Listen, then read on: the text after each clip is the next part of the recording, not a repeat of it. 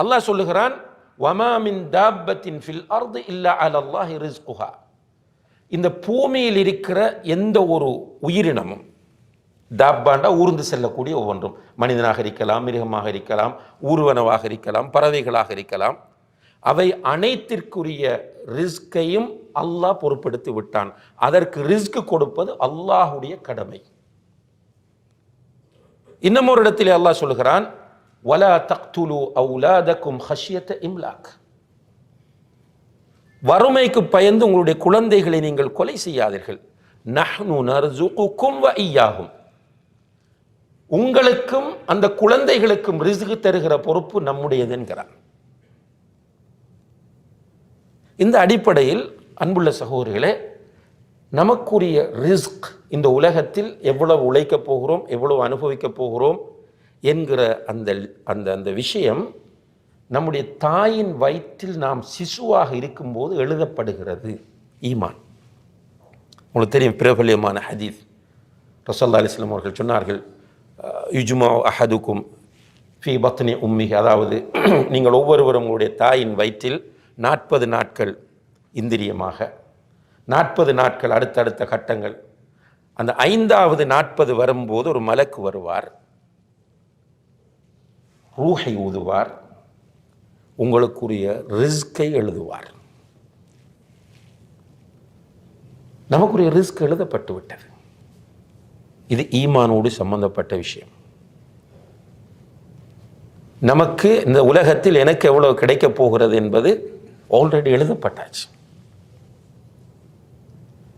ரசூலுல்லாஹி அலைஹி வஸல்லம் அவர்கள் இன்னும் ஒரு ஹதீஸிலே சொல்கிறார்கள், லன் தமூத நஃப்சுன் ஹத்தா தஸ்தக்மில ரிஸ்கஹா.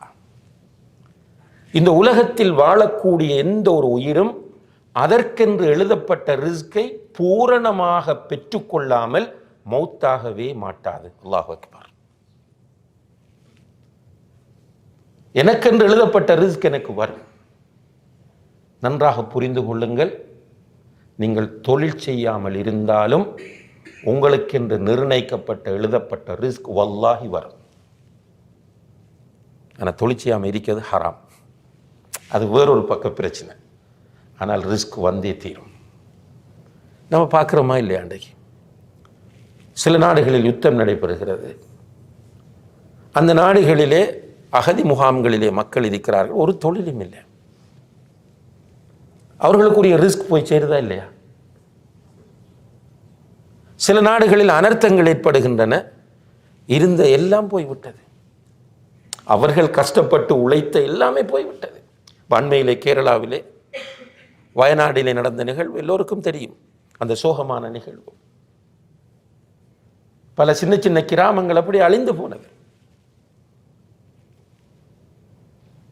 மௌத்தானவர்கள் போக எஞ்சியவர்கள் ஒன்றும் இல்லை. கட்டிய வீடு இல்லை, அவர்கள் வாங்கிய நிலம் இல்லை, வைத்திருந்த வாகனங்கள் இல்லை, நகைகள் இல்லை, உடுப்புடவைகள் இல்லை, எந்த ஒரு சொத்தும் கிடையாது. அவ்வளவும் ஜீரோ.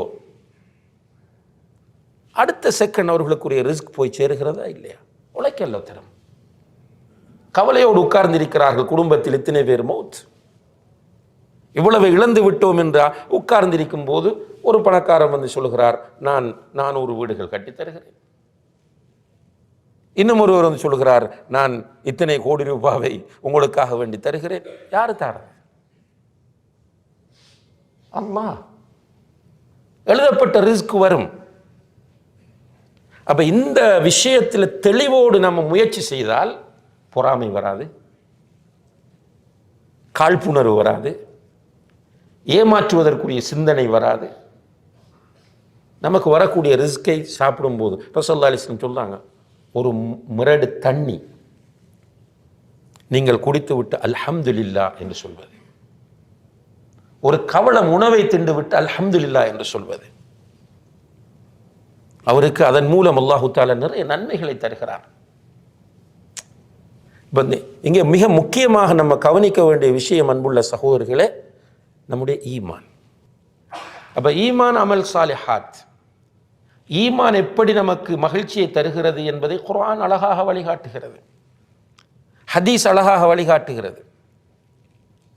இப்போ நம்ம வாழக்கூடிய இந்த உலகம் சடவாத சிந்தனை எல்லோருடைய சிந்தனையும் பொருளாதாரத்தை மையப்படுத்திய சிந்தனை. இந்த குளோபலைசேஷன் என்று ஒன்று சொல்லுவார்கள். குளோபலைசேஷன் என்று சொன்னால் பூகோளமயமாக்கல் என்று தமிழில் சொல்கிறது.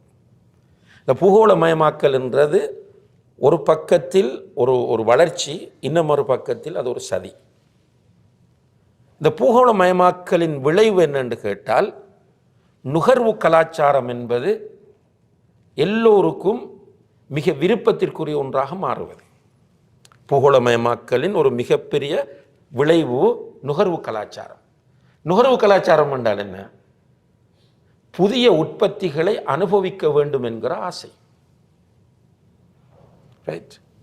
மொபைல் உதாரணமாக, மொபைல் இப்போ இதுக்கு நமக்கு சில நேரங்களில் மொபைல் வாங்கி வச்சிருக்கிறோம், அதில் இருக்கிற ஃபீச்சர்ஸ் என்னன்றது தெரியாது நமக்கு.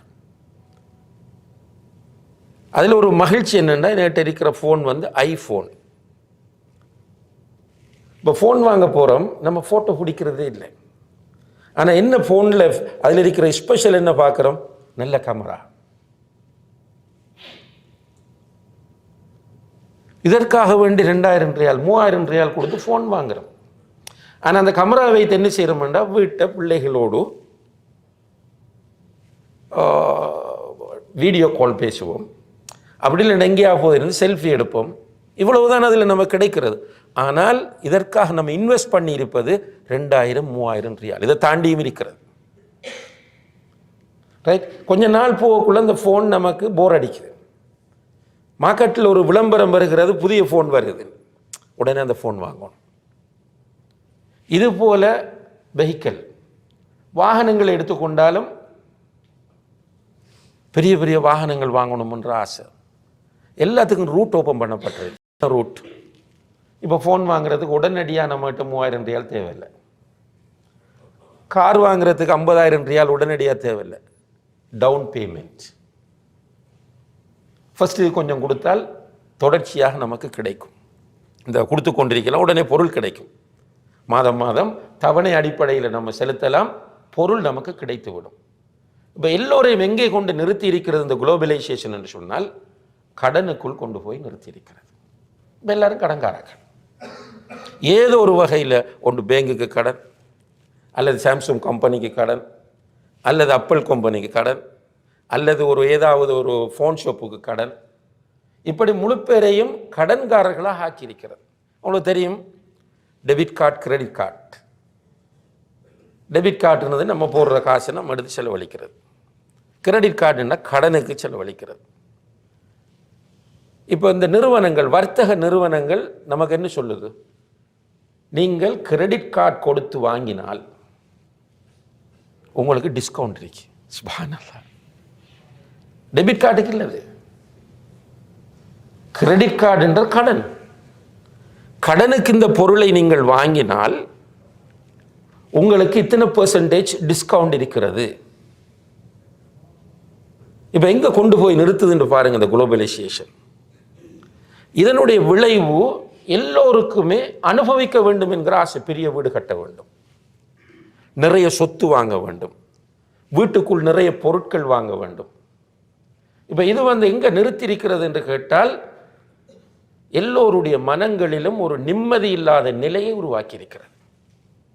ஏதோ ஒரு கோணத்தில் கடன் அல்லது இன்வெஸ்ட் பண்ண வேண்டும் என்ற ஆசை, இன்வெஸ்ட் பண்ணிட்டு ஏமாற்றப்பட்ட நிலை, இப்படியா போய்கொண்டிருக்கிறது. அன்புள்ள சகோதரர்களே, இது ஒரு எக்ஸாம்பிளுக்கு நான் சொன்னது. இந்த சடவாத சிந்தனை மிகைத்திருக்கிற இந்த காலத்தில் பொருளாதாரம் என்பதுதான் வாழ்க்கையின் அடிப்படையாக மாறி நம்பிக்கைக்குரியவர்கள் மோசடிக்காரர்களாகவும், மோசடிக்காரர்கள் நம்பிக்கைக்குரியவர்களாகவும் மாற்றப்பட்டு கொண்டிருக்கிறார்கள். இந்த இடத்துல ஈமான் ஒரு மனிதனிடத்தில் இருக்குமாக இருந்தால் அவன் நிம்மதியாக வாழுவான். ஈமானில் மிக பிரதானமான அம்சம் என்ன? ஈமானுடைய அர்கானுல் ஈமான், ஈமானுடைய அடிப்படைகள் 6. அந்த 6ல் ஃபர்ஸ்ட் என்ன? அல் ஈமானு பில்லா, அல்லாஹ்வே ஈமான் கொள்ளுதல். அல்லாஹ்வே ஈமான் கொள்ளுதல் எனும் போது அல்லாஹ் ஒருவன் இருக்கிறான் என்பதை ஈமான் கொள்ள வேண்டும். அதுபோல அல்லாஹுதான் வணங்கி வழிபட தகுதியானவன் என்று ஈமான் கொள்ள வேண்டும். அதே நேரத்தில் அல்லாஹுடைய கலா கதிரை ஈமான் கொள்ள வேண்டும். இந்த உலகத்தை படைத்தவன் அல்லாஹ். இந்த உலகத்தை படைப்பதற்கு முன்னே அல்லாஹு தஆலா இந்த உலகத்தை திட்டமிட்டு விட்டான். அவன் திட்டமிட்டபடிதான் இந்த உலகம் இயங்கும். இது ஒரு நீளமான ஆழமான ஒரு தலைப்பு. இதில் ஒரு பகுதி தான் பொருளாதாரம்.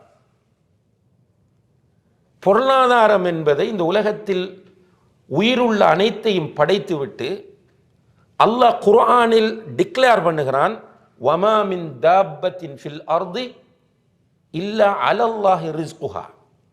இதுகளை ஈமான் கொண்டு புரிதல் என்ற ஒன்று இருக்கு, பயானுக்கு கேட்பது என்ற ஒன்று இருக்கிறது. பயானுக்கு கேட்டுட்டு போனோம் என்றால் திரும்ப பிரச்சனை வரத்தான் செய்யும். ஈமான் கொண்ட நிலையில் இதை நாம் புரிந்து கொண்டால் ரிலாக்ஸேஷன். அல்லாஹ்